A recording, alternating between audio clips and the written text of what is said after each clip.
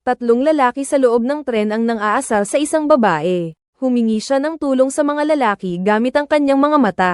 Napayuko si Arthur nang may pagkahiya. Hindi siya makapagsalita, dahil isa lamang siyang payaso. Ngunit ang bibig niya ay hindi mapigilan ang pag-angat. Nagsimulang tumawa ng malakas. Napansin ito ng mga basagulero. Tanungin mo kung anong tinatawanan niya. Gusto sanang sumagot ni Arthur pero lalong lumakas ang tawa niya. Sinuntok ng lalaki si Arthur sa ilong. Tapos, nagsisigawan at nagsisipa silang tatlo. Wala nang nagawa si Arthur sa mga suntok, pero wala namang tutulong sa kanya. Dahil sa sobrang inis, kinuha ni Arthur ang kanyang kamay. At pinatay niya ang dalawa. Sinubukan pa ring tumakas si Xiaopang. Ngunit nahabol din siya ni Arthur. Naubos na ang lahat ng bala niya. Takbo ng takbo si Arthur. At tumakas sa isang palikuran. Ngunit ang pumatay ay hindi siya natatakot. Sa halip ay nagsimulang sumayaw ng magaan. Sa mga oras na ito, tinanggal na ni Arthur ang lahat ng pagkukunwari. Pinawalan na niya ang sarili. Ayaw na niyang maging aso. Sa pagkakataong ito, gusto na niyang maging tao ulit. At ang pagsira sa buhay niya ay isang araw lang. Kinaumagahan, sumakay si Arthur ng bus papunta sa trabaho. May batang nagsusungit sa nanay niya sa loob ng bus. Kaya naman nagpapatawa si Arthur bilang clown para mapasaya siya. Ngunit hindi niya inaasahan ang pagmumura sa kanya ng isang itim na ina.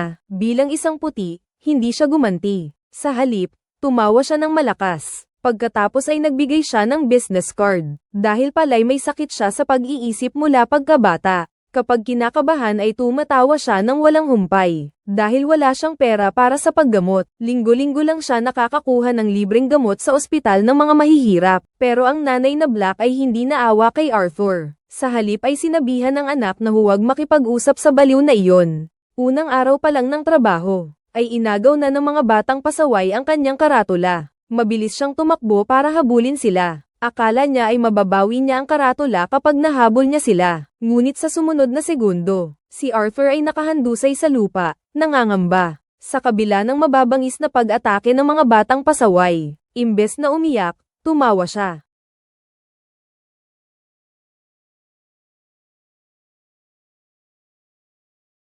Nang malaman niyang nawala ang billboard ni Arthur at inaapi siya, may mabait na matabang kasamahan na nagbigay sa kanya ng baril. At pinagbilinan si Arthur na ingatan ang sarili. Pero dahil sa pagkawala ng billboard, binawasan ng amo ang buong buwan niyang sweldo. At tinawag pa siyang isang tanga. Mahigpit na hawak ni Arthur ang kanyang kamay sa bulsa, tahimik lang. Hindi pa rin niya nakakalimutang ngumiti. Pero pagkalabas pa lang, hindi na napigilan ni Arthur. Ito rin ang paraan niya ng pagpapakawala ng sama ng loob. Pero ang buhay ay hindi ka titigilan dahil sa iyong pagsuko. Nang araw na iyon ay nagtanghal si Arthur sa ospital ng mga bata. Hindi sinasadyang nahulog ang kanyang kamay sa bulsa. Natakot na nga ang mga bata. Nang malaman ito ng amo, nawalan ng trabaho si Arthur, ang kanyang ikabubuhay. Sa isang iglap, ang galit at kawalan ng pag-asa ay sumapi sa kanya. Binangga ni Arthur ang telepono. Kinabukasan, matapos ang pag-aayos ng pag-alis sa trabaho, sinigawan ni Arthur ang mga dating kasamahan na nang-api sa kanya, at sinira ang time clock.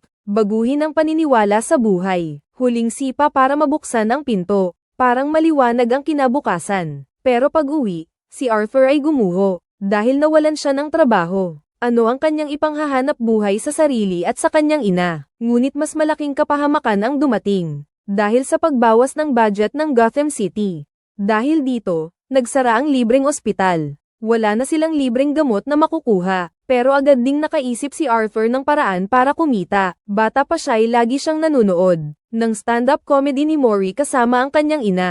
May pangarap din siya, ang maging stand-up comedian. Kaya nag-aral siya. Nagsimula na nga siyang mangarap ng tagumpay. At makasama sa isang pagtatanghal ang kanyang idolo na si Maury. Parang sa mga oras na iyon, si Arthur ay tuluyan nang nakalimot na siya ay isang mamamatay tao. Nagsimula nang magbalita sa telebisyon ang pagpatay ng clown. Ang biktima ay ang boss ng tatlong mga durugista. Sinabi ni Wayne na tatakbo siya bilang mayor. Pagkatapos ng isang masiglang talumpati, pinagmumura niya ang kriminal dahil duwag itong magpakita ng tunay na anyo para sa mga taong mayayaman tulad ni Wayne. Ang mga taong walang nagawa sa buhay ay parang mga clown lamang. At sa huli, isinugol niya ang lahat ng kanyang kayamanan para lang mahuli ang kriminal. Ngumiti lang si Arthur at nanginginig ang mga binti. Nang araw na iyon, sinimulan ni Arthur ang kanyang unang pagtatanghal. Pero dahil sa sobrang kaba, nagsimula siyang tumawa ng malakas. Pinipigilan niyang mabuti ang bibig niya. Hinagupit pa nga niya ang sarili niyang leeg. Pero walang silbi. Lalo siyang pinipigilan, lalo siyang tumatawa ng malakas. Sa huli, nabigo ang pagtatanghal. Pero agad ding nakahanap ulit si Arthur ng saysay sa buhay. Nalulungkot siyang naglakad sa kalye. Tinignan niya ang headline ng dyaryo. Buong katawan niya. Puno ang mga lansangan ng mga taong ginagaya ang mga clown. Tunay siyang napangiti ngayong beses. Sumayaw pa nga siya pag-uwi. Pero may isang bagay na ipinagtaka ni Arthur. Kasi linggo-linggo ay pinasusulat siya ng nanay niya kay Wayne. Sabi ng nanay niya, dating katulong daw siya sa mga Wayne. Pero ano naman kaya ang sasabihin ng isang katulong sa amo niya? Kaya binuksan ni Arthur ang sulat. Ang hindi niya inaasahan ay ang pagiging anak pala siya ni Wayne sa labas ng kasal, na hindi nakaranas ng pagmamahal ng ama noong bata pa siya. Parang muling nagkaroon ng pag-asa sa buhay. May daladalang kagalakan si Arthur. Tinunton niya ang tirahan ni Wayne. Maingat niyang pinutol ang larawan ng kanyang ama. At inilagay sa kanyang notebook. Mahigpit na niyakap. Ganoon kasaya niya sa sandaling ito. Akala ko'y magiging masaya at buo na ang pamilya. Ngunit ang hamarang kay Arthur ay isang agwat na hindi niya kayang tawirin. Ito ang unang pagkikita ni na Arthur at ng batang Batman. Nagsimula siyang mag-magic para mapasaya ito. Walang emosyon na nakatingin ang batang Batman. Ang payaso mula sa squatter. Nakita ni Arthur na ang mukha nito'y walang ekspresyon. Kaya tinuruan niya itong ngumiti. Ngunit pinigilan siya ng mayordomo. Sinabi ni Arthur sa mayordomo ang pangalan ng kanyang ina.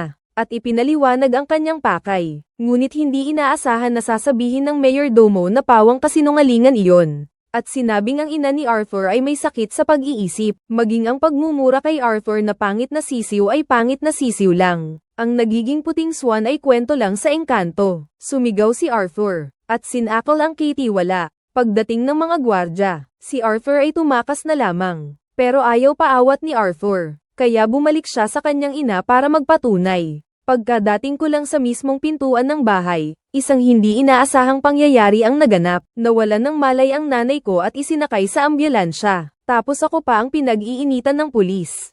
Ang dating amo ko pala ang nagsumbong sa pulisya. Pero wala pa namang matibay na ebidensya ang pulisya. Kaya hindi nila maaresto si Arthur. Nakatingin ako sa nanay ko na nasa hospital bed. Tapos naalala ko pa ang kalagayan ko. Para kay Arthur, pakiramdam niya'y lubhang masama ang takbo ng buhay niya. Pero buti na lang at mapapanood niya ang programa ni Maury para maibsan ang kalungkutan. Hindi niya inaasahan na mapapanood siya sa telebisyon. Naisip ni Arthur kung natupad na kaya ang kanyang pangarap. Pero sa sumunod na segundo, pinagtawanan siya ni Maury. At sa isang programa sa telebisyon pa, sa harap ng buong mundo. Para bang napako si Arthur sa kinatatayuan niya. Hindi niya matanggap iyon. Ang pagpapatawa sa pamamagitan ng panunukso sa iba. Para sa kanya, si Idol Murray ay basura. Ngayon, ang tanging hangad ni Arthur ay ang magkaayos sila ng ama niya. Pero ang ina niya ay nasa kamam ngayon. Kaya naman, hinanap niya si Wayne. Pero hindi niya inaasahan na pareho rin pala ang sasabihin ni Wayne sa sinabi ng kitiwala.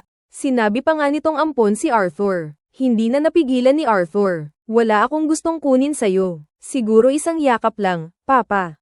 Di ba pwedeng maging disente lang kayo? Anong nangyayari sa inyo? Sinabi mo pang baliw ang mama ko. Tapos bigla na lang tumawa ng malakas. Ang weird talaga ni Wayne. Isang malakas na suntok ang ipinukol kay Arthur. Pag-uwi niya sa gabi, binuksan ni Arthur ang ref at pumasok doon. Marahil ang lamig ng ref ay mas mainit pa kaysa sa mundong ito. Para mapatunayan ang sinabi ni Wayne.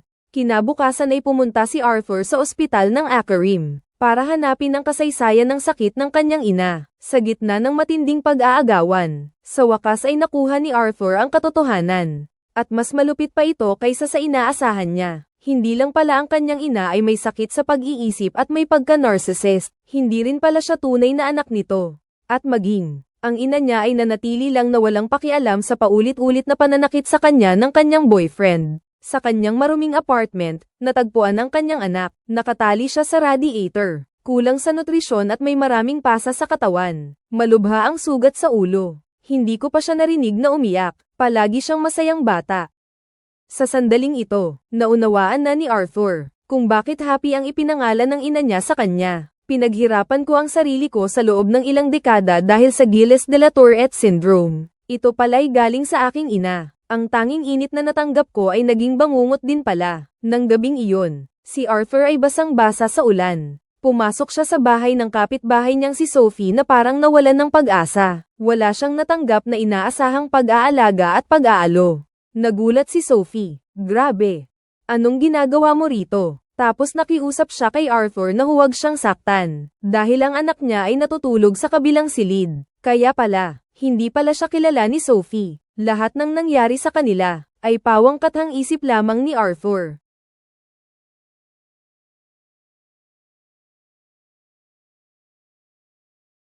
Lumapit si Arthur sa higaan ng kanyang ina, at sinabi ang mga salitang matagal na niyang itinatago sa kanyang puso. Nakakatawa, nakakatawa. Ang buong buhay ko. Wala akong kahit isang segundo na naging masaya. Akala ko noon, trahedya ang buhay ko. Pero ngayon ko lang napagtanto, isa itong komedya. Tapos, tinakpan niya ang paghinga ng kanyang ina. Pinutol ang huling ugnayan niya sa mundong ito. Sa mainit na bintana, namatay na si Arthur, ang mabait. Muling nabuhay ang masasamang clown. Pag-uwi, nagbihis ang clown ng magandang damit. Nag-insayo sa sofa ang kanyang huling pagtatanghal. Sumayaw siya ng may pagkabaliw. Pininturahan niya ang kanyang buhok ng berde. Pininturahan niya ang kanyang mukha ng puti. Nang di sinasadyang natagpuan niya ang isang litrato ng kanyang ina noong bata pa ito. Maganda at elegante siya roon. May bahid ng pagkabaliw ang kalagayan. May nakasulat sa likod ng litrato. Ang magaspang na sulat ay hindi mula sa aking ina. Biglang naalala ni Arthur. Ang nakasulat sa kasaysayan ng karamdaman ng ina, may sugat sa mukha. At, ang sikat na pamilya Wayne, ay hindi naman mag-eempleyo ng isang baliw bilang katulong. Nang maisip iyon, biglang natigilan ang clown sa likod ng maskara. Hindi na niya moari kung alin ang kasinungalingan. Nang mga sandaling iyon, tumunog ang doorbell ng mabilis. Ang dating kasamahan niya pala, ang maliit na tao, upang mag-alay ng pakikiramay sa pagkamatay ng kanyang ina. At ang pagdating ng mataba, ay para makaiwas sa kasong pagpatay sa tren. Gusto ko lang malaman kung ano ang sinabi mo. Para siguradong pare-pareho ang sasabihin natin. Dahil, tinutulungan kita. Bago pa matapos magsalita ang mataba, sinugod na siya ng clown at pinatay. Dati mabait siya, ngunit ngayon, hindi na siya magiging mahabagin pa. Matapos niyang tapusin ang mataba, lumapit siya sa maliit na tao. Ikaw lang ang naging mabuti sa akin. At pagkatapos ay binuksan niya ang pinto at pinayagan siyang umalis. Pagkatapos, naglakad siya sa pasilyo na nakasuot ng mag-agarang damit, habang dahan-daang nagsasara ang elevator. Malapit na ring sumayaw ang Joker sa hagdanan, at tapusin ang pinakabaliw na sayaw sa kasaysayan ng pelikula. Ito ang sayaw na nagpasikat sa isang Oscar-winning actor, at isang napakagandang visual spectacle. Sumasayaw ang Joker ng may kakaibang galaw, pinipigilan, baluktot, pero nakakawala ng sama ng loob. Noon, sinanay niya ang kabutihan. Umaasa pa rin sa kabila ng lahat, nang maputol na ang lahat ng daan tungo sa kaligtasan. Pinili niyang ialay ang kanyang kaluluwa sa demonyo, at bumagsak sa walang hanggang kadiliman. Nang matapos ang sayaw, may kumpiyansang humakbang ang clown, sa entablado ng Maury Show, at mainit siyang sinalubong ni Maury. Sobrang kailangan na nila ng katulad ni Arthur, na materyal para madagdagan ang mga manunood. Pagkatapos, mayroon si Arthur na isang maliit na kahilingan. Kapag ipinakilala mo ako, pwede mo ba akong tawaging clown? Ganyan mo naman akong tinatawag sa programa dati. Isang clown. Naalala mo pa ba? Basta na lang kitang tinawag na clown. Habang naghihintay, patuloy na nilalay ni Murray si Arthur sa programa. At si Arthur ay tahimik lang. Malamig niyang tinitigan ng screen. Bago pumasok, umikot si Arthur sa ilalim ng kakaibang mga titig ng mga tauhan. Parang nasisiyahan siya sa sandaling kaligayahan bago magsimula ang palabas. Maya-maya, tumugtog na ang musika. Sumayaw si Arthur patungo sa entablado ng masaya. Pagpasok, hinalikan niya ang isang matandang babae sa audience ng 8 segundo. Ang galing naman ng pagpapakilala niya. Tapos, pinagbiro ni Maury si Arthur, kaya binuklat niya ang diary, at natagpuan ang linyang may makapal na letra. Sana lang ang kamatayan ko ay maging mas makabuluhan pa sa buhay ko. Ang handa pala niyang palabas ay ang pagpapatiwakal sa isang entablado na pinanunood ng libo-libo para makuha ang atensyon ng lahat, at hindi na nila baliwalain ang mga katulad ng clown, ang mga mahihirap at kawawa. Pero sinasadyang ginambala ni Mori ang pagtatanghal niya. Tok tok tok.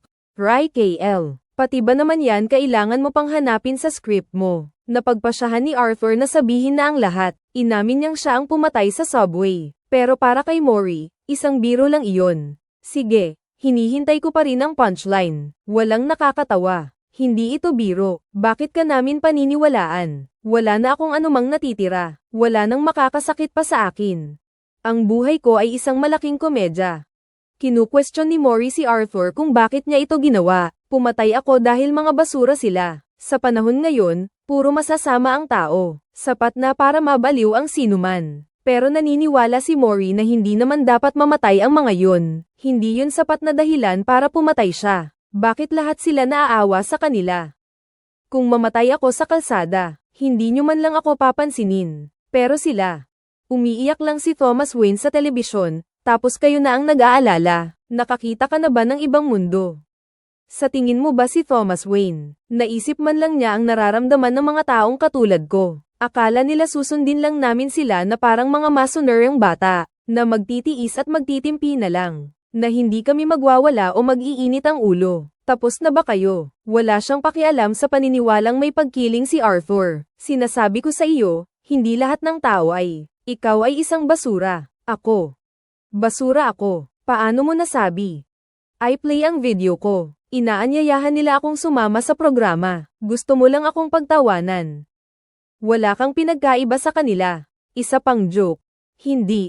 Nasawan na kami sa mga jokes mo. Kung, huwag mo nang ituloy. Ininis mo ang isang taong itinakwil at hinamak ng lipunan. Isang taong nag-iisa at may sakit sa pag-iisip. Jin, tumawag ka ng pulis. Sinabi ko na sa'yo ang mangyayari. Magdaranas ka ng bunga ng iyong ginawa. Kampo. Biglang natapos ang programa, at dinala si Arthur sa isang patrol car. Sa bintana ng sasakyan, nakita ni Arthur ang naglalagablab na apoy sa labas. Maraming taong may maskarang clown ang nagwawala sa kalye. Ibinuhos ang galit at sama ng loob sa puso. Ang mga sinabi pala ng Joker, ay nag-alab na sa matagal nang pinipigilang kabaliwan ng Gotham. Nang biglang, isang ambulansya ang mabilis na bumangga. Mga Joker pala ang nagmamaneho. Nilalabanan nila si Arthur na pansamantalang nawalan ng malay. Samantalang sa kabilang banda, sa isang walang taong eskinita, isang payaso ang hamarang sa walang kalaban-laban na pamilyang Wayne. Wayne, tignan mo nga ang ginawa mo. Huwag na, pare. Pagkagising ni Arthur, pinalibutan siya ng mga payaso. Naghiyawan at nagsigawan ang mga ito kay Arthur. Sumayaw si Arthur habang pinapalibutan siya ng mga tao. Ginuhitan niya ng dugo ang mukha niya para maging nakangiti, at naging tunay na hari ng pangit ng Gotham.